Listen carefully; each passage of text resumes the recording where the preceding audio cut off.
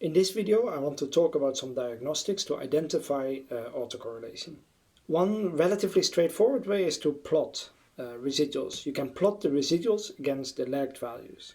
So you can take the residuals of your time series regression, remove the first observation, and take the set another time the same residuals but remove the last observation. So for each you have t-1 observations, and then plot the two against each other. And you will see whether there's a relationship between previous values of the residuals and current values of the residuals, between the residuals at time t and at time t-1. A second way to investigate residuals is to perform a statistical test for autocorrelation. And one of the tests that is quite commonly used is the Durbin Watson test. And here on this slide you see the main calculation. So for this we calculate a particular statistic called D. And D looks at the correlation between the residuals and the lag values. And so if we, so this actually gives a somewhat unusual test because it gives a number roughly between 0 and 4, where if it's close to 2, it indicates that there is no autocorrelation. That if rho is the correlation between the errors at time t and the errors at t-1, then a d of approximately 2 suggests that this autocorrelation is close to 0, and therefore there is no autocorrelation in the data. If it is close to 0, then it indicates positive autocorrelation. If it is close to 4, it indicates negative autocorrelation. Note that this is a somewhat biased estimator. So the D that comes that you get from a particular sample on the basis of your residuals is not quite the D that would be there in the population on the basis of the errors. The expected value of the sampling distribution of D is different from the D in the population. And under the absence of autocorrelation, it is also different from 2. And on this slide you can see at the bottom how you can see the difference. And you can particularly notice the n in the denominator.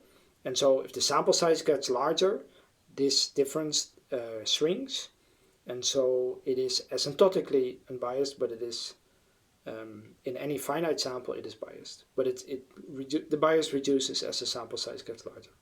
Now, unfortunately, with this test, it is not so easy to calculate the proper probability distribution of this D and to calculate associated p-values.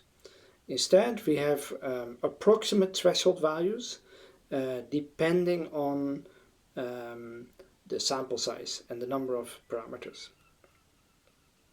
So if we have an alpha value of 0.05, meaning that we are willing to falsely reject the null hypothesis 1 in 20 times, and we have 6 variables and 50 time periods, in that case the threshold values are this 1.335 and 1.771. Yeah? So that means that if we have a score that is less than 1.33, we are saying this is close to 0, there's evidence of autocorrelation. If it is greater than 1.77, we say it is closer to 2, and therefore there's evidence. We can safely say that there is no autocorrelation. When it's in between, we are undecided. So in that sense, it's a little bit of a tricky test to work with. We don't get a clear p-value, and we have this large undecided region where we don't really know whether we should conclude there's autocorrelation or not. Now, it is relatively straightforward to perform this test in R, and here's the code. But you then have this special table to look up the results.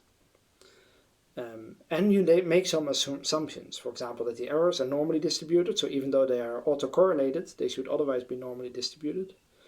The regression must have an intercept, and it really only tests for AR1 processes and not for MA1 processes, which is also a major restriction. We will talk in a separate video on the different time series processes, so you will learn what AR1 means, but this is a restriction of the test. It detects a particular type of temporal autocorrelation, not any type. A second test that we can use in terms of in this kind of context is a Durbin's age test.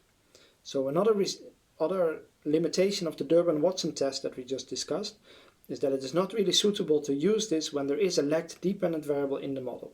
And we will see in another video on dynamic models that this is a common way to address time series data.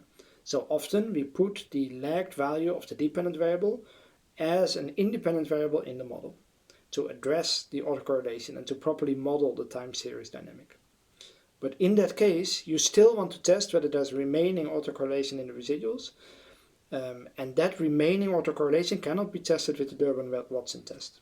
And so then there's the Durbin H test, which is outlined here, which has a normal distribution, therefore we can calculate p-values and so forth.